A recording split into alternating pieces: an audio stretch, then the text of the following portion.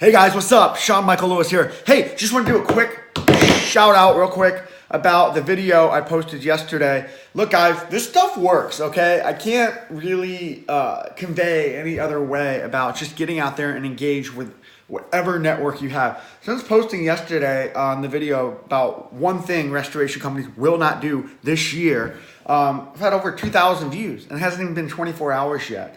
So this is, and the conversation is just rolling. I'm getting personal messages and, make your stuff, very engaging, educational, make people want to reach out and converse because you're providing some kind of education or snippet. So I just wanted to really throw that out. Doesn't matter what you're doing. I know I really put a lot of emphasis on restoration companies for this, but really look at wherever you're at, whatever you do. If you're a restoration company, ask questions that people commonly ask you and put it out there for insurance agents, adjusters, property managers. What are some ways to minimize risk? What are some ways to prevent this from happening? I'm telling you guys, this is really easy stuff. I'm shooting this right now on my iPhone X with a small ring light. So I'll be talking more about gear and things that I recommend for doing things on the fly.